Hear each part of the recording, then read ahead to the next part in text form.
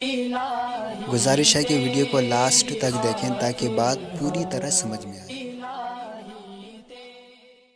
بعض شریعت میں ایسے کام ہیں کہ وہ ہیں بھی مزیدار اور شریعت میں ان کی ترغیب بھی ہے.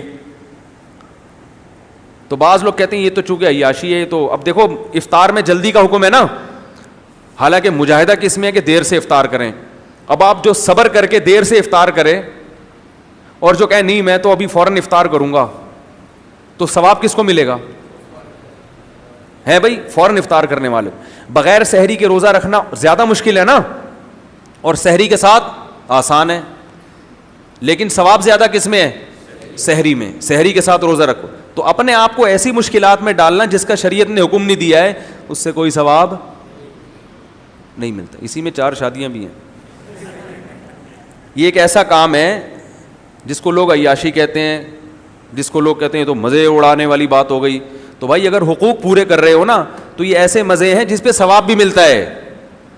اس میں جو صبر کر رہا ہے نا کہ نہیں, تو اس کو کوئی گناہ تو نہیں مل رہا لیکن ثواب بھی نہیں مل رہا. صحیح ہے نا, کیونکہ اسلام نے ترغیب اس لیے دی ہے 4 شادیوں کی, بشرطے کہ عدل بھی کرے, حقوق بھی ادا کرے. اس لیے کہ اس میں آپ کو بھی اگرچہ زندگی آپ کی بھی اچھی بن جاتی ہے اور آپ کا بھی فائدہ ہے, لیکن سامنے والے کو بھی تو فائدہ ہے نا. 4 عورتوں کی کفالت بھی تو ہو جاتی ہے, ان کی روٹی پانی کا انتظام ہو جاتا ہے, ان کے زنا سے بچنے کا انتظام. اس لیے شریعت نے کہا یہ مزے اگر کوئی اڑانا چاہتا ہے لیکن حقوق پورے کرے تو اڑا لے, ہماری طرف سے نہ صرف پابندی نہیں بلکہ ثواب ملے گا. ہاں محلے والوں کو تکلیف ہو رہی ہے, چمونی آپا کو تکلیف ہو رہی ہے تو ان کو ہونے دو. بعض لوگوں کو ہو رہی ہوتی ہے جن کا نہ کوئی واسطہ, وہ کہتے ہیں پتہ نہیں یہ مولوی نے کتنی شادیاں کیوں کی ہیں, پتہ نہیں ہے اس نے اتنی شادیاں کیوں. تم سے پیسے لے کے تھوڑی کی ہیں اس نے. اور زیادہ تکلیف پتہ کب ہو گئی؟ جب کوئی آدمی کسی خوبصورت لڑکی سے شادی کر لے نا دوسری, اس پہ تو کوہرام مچ جاتا ہے. اس پہ کہتے ہیں ابے کرنی تھی تو کسی بیوہ سے کرتے. میں مانتا ہوں بیوہ سے کرنا افضل ہے, لیکن اگر خوبصورت کماری جوان سے کر لی تو وہ لڑکی جب راضی ہے تو تمہیں کیا تکلیف ہو رہی ہے بھائی؟ جائز کام کیا نا, کوئی ناجائز تھوڑی کیا. ہاں پہلی بیوی کے حقوق پورے نہ کرے, اس کو لٹکا کے چھوڑ دے, پھر غلط ہے. تو جب تک کوئی حقوق پورے کر رہا ہے تو وہ جتنی بھی کرے, اللہ اس کے رسول خوشی ہوں گے, پبلک کیا ہوگی؟ پریشان. تو ہونے دو ان کو پریشان, لیکن بات ہے برابری کی, حقوق کی, یہ لازمی ہے اس میں. خیر آ گئی بات درمیان میں, کیا کریں.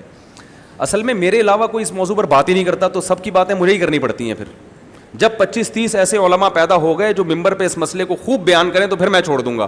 لوگ مجھے کہتے ہیں ہر بیان میں گھما پھرا کے یہاں لے آتے ہو. میں کہتا ہوں دوسرے حضرات کسی بھی بیان میں گھما پھرا کے بھی نہیں لاتے یہاں پہ بات. کیا خیال ہے؟ جب وہ اتنا ڈھیٹ پنا دکھا رہے ہیں تو ہم بھی تھوڑا سا ڈھیٹ پن, ہمارا بھی تو حق بنتا ہے نا. بھائی آپ کوئی اس ٹاپک پر بولتا ہی نہیں ہے, سب ٹاپک پر بات ہوتی ہے, اس پر ہوتی ہی نہیں ہے. تو اس لیے ہم ہر تھوڑے دن بعد چینل گھما کے یہاں لاتے ہیں تاکہ دوسروں کی طرف سے بھی فرض کفایہ ہم ادا کریں. تو اس لیے مجبوری ہے, ٹھیک ہے. اور آپ اتنے ڈھیٹ کے ہلنے کا نام پھر بھی, مجھے آپ لوگ کو دیکھ کے ایک واقعہ یاد آتا ہے. ایک آدمی گنڈیریاں کھا رہا تھا اور کھا کے پیچھے پھینک رہا تھا, تو دوسرا اٹھا کے چبا رہا تھا. کافی دیر ہو گئی تو اس آدمی نے اس چوسنے والے کو کہا کہ کمبخت, شرم نہیں آتی, کنجوس, میری چوسی ہوئی گنڈیریاں چوس رہا ہے. تو اس نے کہا کہ کنجوس تو ہے, ایک قطرہ بھی رس نہیں چھوڑ رہا اس کے اندر. کہہ رہے میں کھا رہا ہوں ایک قطرہ بھی نہیں آتا, 10 بھی گنڈیری کھا رہا ہوں مگر ایک قطرہ بھی, اصل کنجوس تو ہے.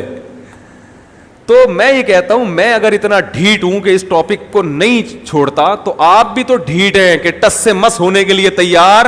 10 سال سے یہ ممبر پہ سن رہے ہیں مگر ٹس سے مس ہونے کے لیے تیار نہیں. تو میں ڈھیٹ نہیں ہوں, ڈھیٹ کون ہے؟